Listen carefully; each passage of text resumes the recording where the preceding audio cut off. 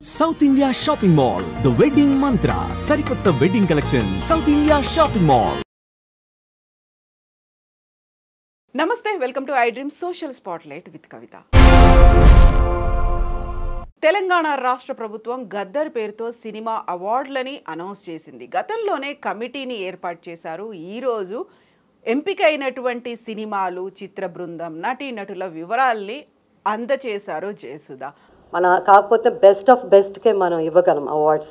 So దాంట్లో వీలైనంత వరకు we did our best. Time ఎక్కువ తీసుకోకుండా I would like to announce Gaddar Telangana film awards.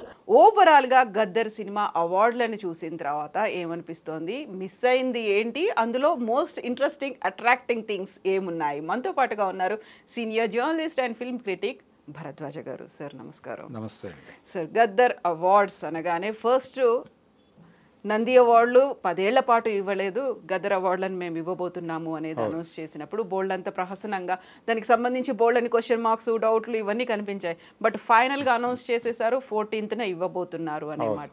So మొత్తం ఆ లిస్ట్ చూసినప్పుడు ఏమనిపించింది సార్ మీకు? అంటే మొదటి నుంచి కూడా గద్దర్ పేరుతో సినిమా అవార్డులు అనేది అంటే గద్దర్ అభిప్రాయానికి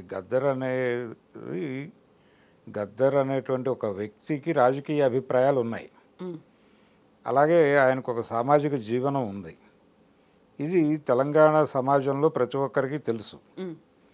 ఆయన అభిప్రాయాలకి భిన్నమైనటువంటి సినిమాలకి అవార్డు ఇవ్వాల్సి వచ్చినటువంటి సందర్భంలో గద్దర్ పేరుతో ఇచ్చేటువంటి అవార్డు ఆయన అభిమానులు అలాగే ఆయన జీవనంతో అటాచ్ అయినటువంటి వాళ్ళు ఎలా రిసీవ్ చేసుకుంటారు అనే ఒక ప్రశ్న ఉంది. చాలామంది దీన్ని ముందుకు తీసుకొచ్చారు ఆ టైంలో, కానీ ప్రభుత్వం బుల్డోజ్ చేసుకుంటూ వెళ్ళిపోయింది. ఇప్పుడు ఈ అవార్డులు ప్రకటించిన తర్వాత గద్దర్ రాజకీయ అభిప్రాయాలకు పూర్తి భిన్నమైనటువంటి సినిమాలకి అవార్డులు దక్కినాయి. ఇప్పుడు ఆల్రెడీ సామాజిక మాధ్యమాల్లో అంటే సోషల్ మీడియాలో గద్దర్ అభిమానులు, గద్దర్ రాజకీయ అభిప్రాయాలకు అభిమానులు వాళ్ళందరూ రియాక్ట్ అవ్వటం మొదలుపెట్టారు. ముఖ్యంగా రజాకార్ సినిమాకి 3 అవార్డులు వచ్చినాయి. ఈ రజాకార్ సినిమా అనేది ప్రాపగాండా సినిమా సిరీస్లో భాగంగా యాట సత్యనారాయణ డైరెక్ట్ చేసినటువంటి సినిమా. ఇది దానికి ఒక పొలిటికల్ ఐడియాలజీ ఉంది ఆ సినిమాకి. ఆ సినిమా నిర్మాణం వెనక ఒక రాజకీయ అభిప్రాయం ఉంది. ఆ రాజకీయ అభిప్రాయానికి పూర్తి భిన్నమైనటువంటి రాజకీయ అభిప్రాయం కలిగిన వాడు గద్దర్. ఇప్పుడు గద్దర్ పేరుతో ఆ సినిమాకి అంటే పైగా చారిత్రాత్మక చిత్రంగా ఉత్తమ చారిత్రాత్మక కేటగిరీలో ఇచ్చారు ఆయనకి. ఇది చాలామందిని ఇబ్బంది పెడుతుంది. అంటే తెలంగాణ సాయుధ పోరాటము ఆ నేపథ్యం గురించి తెలిసిన వాళ్ళకి రజాకార్ సినిమాలో వాళ్ళు పోర్ట్రేట్ చేసినటువంటి విధానానికి అంటే రజాకార్ టాపిక్ ఎందుకు తీసుకున్నారు ఆ సినిమాకి అంటే ప్రస్తుతం నడుస్తున్నటువంటి పద్ధతిలో యాంటీ ముస్లిం కంటెంట్తో సినిమా చేస్తే అది డెఫినెట్గా కనెక్ట్ అవుతుంది జనాలకి, అలాగే పొలిటికల్గా కూడా ఒక మైలేజ్ దక్కుతుంది అనే ఉద్దేశంతో చేసిన సినిమా అది. అంటే హిందువుల మీద ముస్లింలు చేసినటువంటి ఒక అణచివేతని చూపించడం అనేది ప్రధానమైన కార్యక్రమంగా నడిచింది. కానీ ఇక్కడ చూడాల్సింది ఏంటంటే రజాకార్ సైన్యంలో హిందువుల సంఖ్య తక్కువేమీ లేదు, హిందువుల సంఖ్య ఎక్కువ ఉంది దానిలో. అంటే స్థానిక దొరల సైన్యమే రజాకార్ సైన్యంగా ఉపయోగపడింది అప్పుడు. ఇది ఆ సినిమాలో ఎక్కడా కూడా డిస్కషన్లోకి రాదు. అది కాశ్మీర్ ఫైల్స్, కేరళ స్టోరీ ఈ సిరీస్లో వచ్చినటువంటి ఒక ప్రాపగాండా సినిమా మాత్రమే. ఇప్పుడు ఇదే ధోరణిలో రేపు ఇంకొక సినిమా రాబోతోంది 12వ తారీఖు, హరిహర వీరమల్లు అనే పేరుతో పవన్ కళ్యాణ్ చేస్తున్న సినిమా కూడా ఇదే. కాబట్టి ఈ ప్రాపగాండా సిరీస్లో వచ్చినటువంటి ఈ రజాకార్ సినిమా వ్యక్తీకరించినటువంటి భావాలకి పూర్తి భిన్నమైనటువంటి రాజకీయ అభిప్రాయాలు కలిగినటువంటి వాడు గద్దర్. ఈ అవార్డు ఇప్పుడు గద్దర్ పేరుతో తీసుకుంటారు వాళ్ళు. ఇప్పుడు గద్దర్ పరిస్థితి ఏమిటి అనేది జనాలలో ఉన్నటువంటి పెయిన్. గద్దర్ అభిమానులు అందరూ బాధపడుతున్నారు, ఇదేంటి ఈ సినిమాకి గద్దర్ పేరుతో అవార్డు ఇవ్వటం ఏంటి అని. అందుకని గద్దర్ని గౌరవించదలుచుకుంటే గద్దర్ రాజకీయ అభిప్రాయాలకు దగ్గరగా ఉన్నటువంటి సినిమాకి గద్దర్ స్మారక పురస్కారం ఇవ్వచ్చు. అలాగే గద్దర్ రాజకీయ అభిప్రాయాలకు దగ్గరగా ఉన్నటువంటి ఒక పాటకి గద్దర్ స్మారక పురస్కారం ఇవ్వచ్చు. అంతవరకు ఓకే. ఆయన ప్రజావాగ్గేయకారుడు. ఆయన జీవితం పీపుల్స్ వార్ అనేటువంటి పార్టీతో ముడిపడి ఉంది. ఆయన మీద దాడులు జరిగినాయి, ఆయన మీద కాల్పులు జరిగినాయి, 8 తూటాలు దింపారు ఆయనకి. ఒక బుల్లెట్ ఆయనతో పాటే ట్రావెల్ అయింది ఆయన జీవించినంతకాలం. ఇన్ని ఉన్నాయి తెలంగాణ సమాజంలో. ఆయన తెలియని వారు ఎవరు లేరు, ఆయన రాజకీయ ప్రస్థానం తెలియని వాళ్ళు ఎవరూ లేరు. వాళ్ళందరూ కూడా ఇప్పుడు ఈ అవార్డులు చూసి ఇదేంటి అని ఎక్కడో చోట మాట్లాడే ప్రయత్నం చేస్తున్నారు, నిరసన తెలియజేస్తున్నారు. ఇది ఒక అంశం. రెండోది, పుష్ప సినిమాకి ఉత్తమ చిత్రం కేటగిరీలో అవార్డు దక్కింది.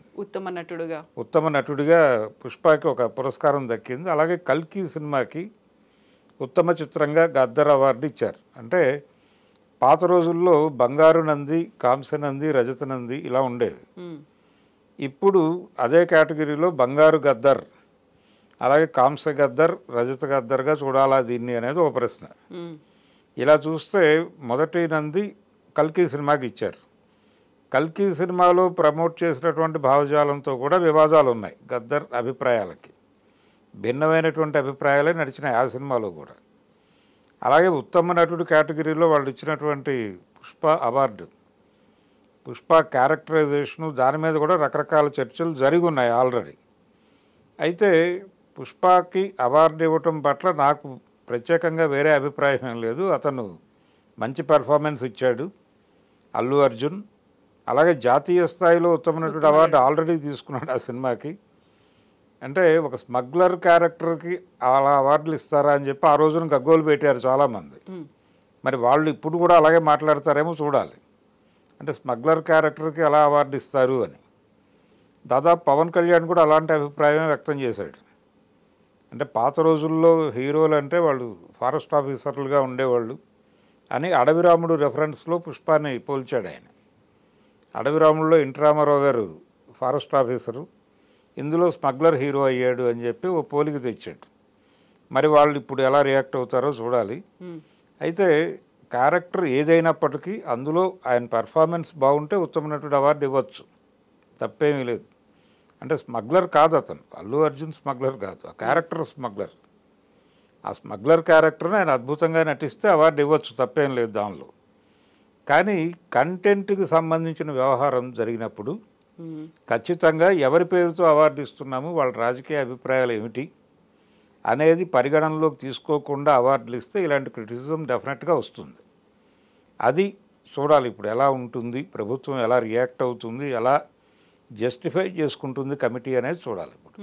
సో ఇప్పుడు రజాకార్ సినిమాకి సంబంధించి చూస్తే ఆ చారిత్రక నేపథ్యం ఉన్నటువంటి సినిమాగా తీసుకున్నారు. అందులో వక్రీకరణ జరిగిందా అనేది కన్సిడర్ చేశారా లేదా, లేదు ఆ కేటగిరీకి సంబంధించి అది తప్ప ఇంకే సినిమా లేదు కాబట్టి ఒక కేటగిరీ ఉంది కాబట్టి దానికి ఇచ్చారని అనుకుంటున్నారు? అంటే కేటగిరీ ఉన్నప్పటికీ, అంటే కేటగిరీ ఇప్పుడు ఫిలిం జర్నలిస్ట్ అవార్డు ఉండేది ఇంతకుముందు, ఉత్తమ ఫిలిం జర్నలిస్ట్ అవార్డు కూడా ఇచ్చేవారు. మరి ఈసారి అదేం కనిపించలేదు. పైగా 2 జర్నలిస్టులు ఉన్నారు దానిలో జ్యూరీలో, లక్ష్మీనారాయణ గారు ఉన్నాడు, తర్వాత భగీరథ గారు ఉన్నారు. వాళ్ళిద్దరూ ఉన్నారు కానీ ఎవరికి రాలేదు. రెంటాల జయదేవ్ గారి పుస్తకానికి మాత్రం అవార్డు దక్కింది. ఫస్ట్ రీల్ సినిమాకి మాత్రం అవార్డు వచ్చింది, బుక్కి. దాని మీద రకరకాల అభిప్రాయాలు ఉన్నప్పటికీ అదొక ప్రామాణిక గ్రంథంగా అయితే చాలామంది ధృవీకరించారు. అది గౌరవప్రదంగానే ఉంది, అవార్డు ఇవ్వటం బాగానే ఉంది అది. కానీ ఈ చారిత్రాత్మక చిత్రాలు అంటే దీనిలో ఇబ్బంది ఉంది, దాని మీద చాలా క్రిటిసిజం వచ్చింది. అంటే నేను అనేది ఏంటంటే గద్దర్ అభిప్రాయాలు ఏమిటో తెలుసు వాళ్ళకి.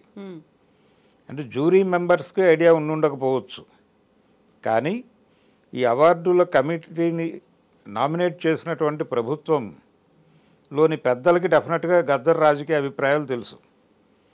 తెలిసిన వాళ్ళు వాళ్ళని వార్నైనా చేయాలి కనీసం. ఇది కొంచెం భిన్నమైనటువంటి అభిప్రాయాలు కలిగినటువంటి సినిమా అనేది కనీసం వీళ్ళు వార్న్ చేసి ఉండాలి. అది జరగలేదు. అది ప్రమోషన్లో భాగంగా అలా వెళ్ళిపోయింది ఆ సినిమా. దాని మీద చాలామంది, అంటే పర్టికులర్గా తెలంగాణకి చెందినటువంటి ముస్లిం థింకర్సు, రైటర్సు వాళ్ళందరూ రియాక్ట్ అవుతున్నారు ఇప్పుడు. ఈ సినిమాకి అవార్డు ఇవ్వటం ఏమిటి, పైగా గద్దర్ పేరుతో అవార్డు ఇవ్వటం ఏమిటి? సార్ అలా అనుకుంటే ఇప్పుడు గద్దర్ అభిప్రాయాలు అనుకుంటే అలాంటి సినిమాలు ఇప్పుడు ఏవి రావట్లేదు. విప్లవం కావచ్చు, అప్పుడు ఉన్నటువంటి ఒక తిరుగుబాటు, ఇలాంటి భావజాలం. అంటే తిరుగుబాటు ఇవన్నీ కాదండి. తిరుగుబాటు సినిమాలకే అవార్డులు ఇవ్వాలని కాదు. జీవితంలో ఉండే ఘర్షణని ఎలా ప్రొజెక్ట్ చేయాలో అలా ప్రొజెక్ట్ చేసేటువంటి సినిమాలు, అంటే ఘర్షణని వాస్తవ దృక్పథంతో చిత్రీకరించేటువంటి సినిమాలకి గద్దర్ పురస్కారాలు ఇవ్వచ్చు. అది ఆయన రాజకీయ అభిప్రాయాలను గౌరవించినట్టు. అంతే తప్ప రియాక్షనరీ సినిమాలకు కూడా మీరు గద్దర్ పేరుతో అవార్డు ఇస్తే ఎలాగా? గద్దర్ రియాక్షనరీ అనుకున్నటువంటి భావజాలం, ఆ భావజాలం ఉన్నటువంటి సినిమాకి మీరు గద్దర్ పేరుతో అవార్డు ఇస్తే ఎలాగా? అది కదా ఇప్పుడు చాలామందిని గాయపరుస్తున్న గొడవ. అందుకని కేవలం నారాయణమూర్తి గారి సినిమాలకే అవార్డులు ఇవ్వమని నా ఉద్దేశం కాదు. మనిషి జీవితంలో ఉన్నటువంటి ఘర్షణని పాజిటివ్ టోన్తో తెర మీద చెప్పిన ఏ సినిమాకైనా అవార్డు ఇవ్వచ్చు. అంటే ఆయన ఎలా చూస్తున్నాడు, గద్దర్ అయితే ఈ సమస్యని ఎలా చూస్తాడు అనేది ఆయనకు ఒక ఐడియాలజీ ఉంది. అందుకని అసలు గద్దర్ పేరుతో సినిమా అవార్డులు పెట్టడం అనే పాయింట్ దగ్గరే ఇబ్బంది ఉంది. అలా కాకుండా ఏ లేపాక్షి అవార్డ్స్ అనో, లేకపోతే నిజానికి ఆ లేపాక్షి నుంచి తీసుకొచ్చిందే నంది, అది కాకుండా కాకతీయ పురస్కారాలను పెట్టుకోవచ్చు, ఇంకేదైనా పెట్టుకోవచ్చు. అంటే తెలంగాణ చార్మినార్ అని పెట్టుకోవచ్చు. చార్మినార్ పురస్కారాలైనా తప్పులేదు. అది తెలంగాణని గుర్తింపజేసే, అంటే ఇక్కడ ఇంకో గొడవ ఉంది, తెలంగాణ తెలుగు, ఆంధ్ర తెలుగు అని. ఇక్కడ ఈ అవార్డుల మొత్తం వ్యవహారంలో చూస్తే అశ్విని దత్ గారికి కొన్ని అవార్డ్స్ వెళ్ళినాయి. అంటే కల్కికి అవార్డ్స్ వెళ్ళినాయి, పుష్పకి అవార్డు వెళ్ళింది కొంత ఆ మేరకు. అలాగే దేవర సినిమాకు ఒక అవార్డు వెళ్ళింది. ఇక్కడ కొంత ఆ శిబిరాన్ని సంతృప్తి పరిచారు. కానీ ఇతర విభాగాల్లో చూస్తే మెజారిటీ తెలంగాణ సినిమాలకు వెళ్ళినాయి అనే అభిప్రాయం ఆంధ్ర ఫిల్మ్ మేకర్స్లో కలిగేటువంటి ఛాన్స్ అయితే ఉంది. అంటే పొట్టేల్ కథ కూడా అది తెలంగాణకు సంబంధించినటువంటి కథే. అలా వీళ్ళు ఎంపిక చేసినటువంటి సినిమాల్లో రజాకార్ ఆ కేటగిరీలోకి వచ్చేటువంటి కథే. ఇలా తెలంగాణ సినిమాకి కొంత ఎక్కువ న్యాయం జరిగిందేమో అనే అభిప్రాయం కలిగే అవకాశం కల్పించే విధంగా ఉంది. అయితే ఈ చలనచిత్ర పురస్కారాలు మేము కూడా ఇస్తామన్నారు వాళ్ళు, ఆంధ్ర ప్రభుత్వం. కానీ అక్కడ కదలిక లేదు. ఇప్పుడు ఇక్కడ వచ్చినటువంటి కదలిక నుంచి వాళ్ళు ఏమైనా పురస్కారాలు ఇస్తారేమో చూడాలి. ఇప్పటివరకు అంటే కందులు దుర్గేష్ గారు ఈరోజు రేపు స్పందించే ఛాన్స్ ఉంది. ఆయన మాట్లాడితే ఎలా ఉంటుంది అనేది ఒకటి చూడాలి. అయితే తెలంగాణ తెలుగు, ఆంధ్ర తెలుగు అని రెండు విభాగాలుగా గనక విడిపోగలిగితే ఉత్తమ ప్రాంతీయ భాషా చిత్రం కేటగిరీలో ఢిల్లీ నుంచి వచ్చేటువంటి అవార్డ్స్ ఉంటాయి జాతీయ చలనచిత్ర పురస్కారాల్లో భాగంగా. అప్పుడు తెలంగాణ తెలుగు సినిమాకి ఒక అవార్డు వస్తుంది, ఆంధ్ర తెలుగు సినిమాకి ఒక అవార్డు వస్తుంది. అంటే రాజ్యాంగపరమైనటువంటి ఒక విభజన తీసుకురాగలగాలి వీళ్ళు. రాష్ట్ర విభజనకు ఎలాగైతే ప్రయత్నం జరిగిందో అలాగే తెలంగాణ తెలుగుకి ఒక గుర్తింపు గనక సాధించగలిగితే అప్పుడు ఆంధ్ర తెలుగు సినిమాకి విడిగాను వీళ్ళకి విడిగాను అవార్డ్స్ వస్తాయి. సో అప్పుడు నటులు కావచ్చు, దర్శకులు, మిగతా అంతా సాంకేతిక వర్గం అందరూ కూడా అలాగే చూస్ చేసుకోవాల్సినటువంటి అవసరం ఉంటుంది కదా సార్? అలా ఉండదండి. అంటే సాంకేతిక నిపుణులు, నటులు ఎలాగైనా ఉండొచ్చు, కానీ సినిమాలో ఏం చెప్పారు అనేది, నేపథ్యం ఏమిటి అనే దాని మీదే నడుస్తుంది. దాని మీద అవార్డుల నిర్ణయాలు జరగాలి. ఇప్పుడు ప్రధానంగా రజాకార్ సినిమా మీద వస్తున్న విమర్శ అదే, భావజాలపరమైనటువంటి వైరుధ్యం ఉంది. గద్దర్ భావజాలానికి ఈ సినిమాలో వ్యక్తం చేసినటువంటి భావజాలానికి ఓ కాంట్రడక్షన్, సీరియస్ కాంట్రడక్షన్ ఉంది. అటువంటి సినిమాని ఎలా ఎంపిక చేసి ఆయన పేరుతో పురస్కారం ఎలా ఇస్తారు అనేది గొడవ. దానికి ఇప్పుడు సినిమాటోగ్రఫీ మినిస్టర్ కావచ్చు, ఎవరైనా కావచ్చు, జ్యూరీ ఎవరైతే రిప్రజెంట్ చేశారో జయసూజ గారు, ఆవిడ ఎలా జస్టిఫై చేసుకుంటారు రేపు వేదిక మీద అనేది చూడాలి. ఈ క్రిటిసిజం అంతా వాళ్ళ దృష్టికి వెడుతుంది. ఎలాగో రేపు వాళ్ళు చేసేటువంటి ఉపన్యాసాల్లో అది ఏదో మేరకు వాళ్ళందరినీ కూడా అడ్రస్ చేయాల్సినటువంటి అవసరం ఉంటుంది. అడ్రస్ చేసినప్పుడు ఎలా జస్టిఫై చేసుకుంటారు ఆవిడ అనేది చూడాలి. ఇప్పుడు చారిత్రక నేపథ్యం ఉన్నటువంటి సినిమాలు వస్తే అవి ఒక్కొక్కరు ఒక్కో రకంగా చూస్తూ ఉంటారు. ప్రతిసారి క్రిటిసిజం అనేది ఉంటూనే ఉంటుంది. డెఫినెట్గా ఉంటుందండి, డెఫినెట్గా ఉంటుంది. అంటే చరిత్రని చెప్పేటప్పుడు ఒక్కొక్కళ్ళకి ఒక్కొక్కలాగా దర్శనం ఇస్తుంది అది. ఇప్పుడు మా భూమి సినిమా ఉంది. మా భూమి ఒక పద్ధతిలో వాళ్ళు తెలంగాణ సాయుధ పోరాటాన్ని చెప్పారు. ఇందులో కూడా తెలంగాణ సాయుధ రైతాంగ పోరాటం దాని తాలూకా రెఫరెన్సెస్ ఉన్నాయి రజాకార్ సినిమాలో కూడా. అంటే ఇవన్నీ ప్యారలల్గా జరిగినటువంటి మూమెంట్సే ఆ రోజుల్లో. అలాగే ఇక్కడ ప్రధానంగా చూడాల్సింది ఏంటంటే ఇక్కడ ఒక మోటో ఉంది ఈ సినిమాలో. అది ఇబ్బందికరం. అసలు రజాకార్ టాపిక్ తీసుకోవడం వెనకాలే వీళ్ళ ఉద్దేశం. అది కాశ్మీర్ ఫైల్స్ లాంటి సినిమా తీయాలి అనే ఉద్దేశంతో చేశారు అంతే. పైగా దాదాపు ఈ సినిమాలన్నిటికీ ప్రమోటర్స్ కూడా ఒకళ్ళే. అందుకని దీని మీద అనుమానం. అంటే ఇది రైట్ వింగ్ పాలిటిక్స్ని ప్రమోట్ చేయడానికి తీసినటువంటి సినిమా అనే బ్రాండింగ్ కూడా ఉంది దాని మీద. దీన్ని తీసుకొచ్చి వామపక్ష భావజాలం కలిగినటువంటి గద్దర్ పురస్కారాన్ని ఎలా ఇస్తారు ఆ సినిమాకి అనేది. పైగా గద్దర్ తన జీవితకాలం రిప్రజెంట్ చేసినటువంటి సమూహాలన్నీ కూడా ఆ సినిమా మీద తీవ్రమైన వ్యతిరేకతను ఆ రోజునే వ్యక్తం చేసినాయి. ఇప్పుడు ఈ సినిమాకి అవార్డు రాబోతోంది అనేది నిన్నటి నుంచి మొదలైంది. నిన్నటి నుంచి సోషల్ మీడియాలో వైబ్రేషన్స్ మొదలైనాయి. ఈరోజు అధికారికంగా ప్రకటన వచ్చాక ఇంకొంచెం ఎక్కువైనాయి. దీన్ని ఎలా అడ్రస్ చేస్తారనేది చూడాలి రేపు జరగబోయేటువంటి ఈవెంట్లో.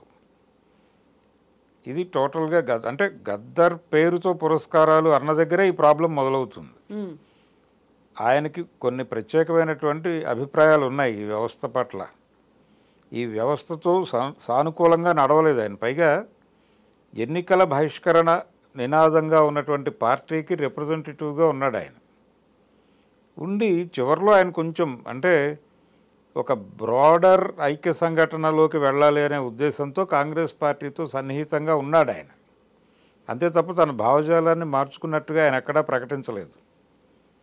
ఆయన ఒక బ్రాడర్ అంటే ఇప్పుడు ప్రస్తుతం దేశంలో ఉన్నటువంటి రైట్ వింగ్ పాలిటిక్స్కి వ్యతిరేకంగా ఒక విస్తృతమైన ఐక్య సంఘటనలోకి వెళ్ళాలి అనే తన ప్రతిపాదనలో నుంచి కాంగ్రెస్ పార్టీతో సన్నిహితంగా మెలిగాడు తప్ప ఆయన పూర్తి కాంగ్రెస్ వాది అనటానికి కూడా అవకాశం లేదు.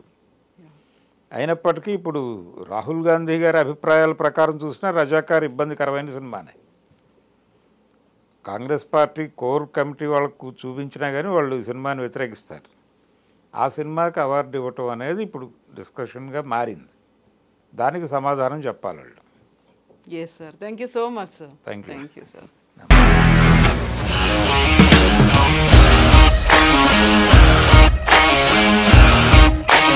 ఇండస్ట్రీలో కమిట్మెంట్ ఇష్యూస్ వస్తే నీకు కూడా వచ్చినట్టు మార్నింగ్ తీసుకెళ్ళాలంటే కొట్టి పడేస్తారు.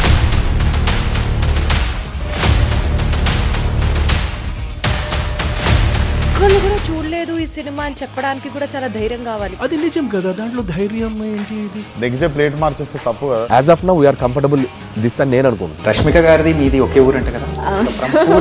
నీకు కోపం వచ్చిందంటే బాగా తిట్టేత్తరా? తిట్టేద్దామండి. నిజంగా గేమ్ ని ఎలా చేంజ్ చేయగలిగారు? ఏపీఎస్ఎఫ్సి వాళ్ళకి 6 నెలల్లో నేను 6 లక్షలు కట్టా. బిజినెస్ చేయాలనుకుంటే it is as difficult as riding a tiger.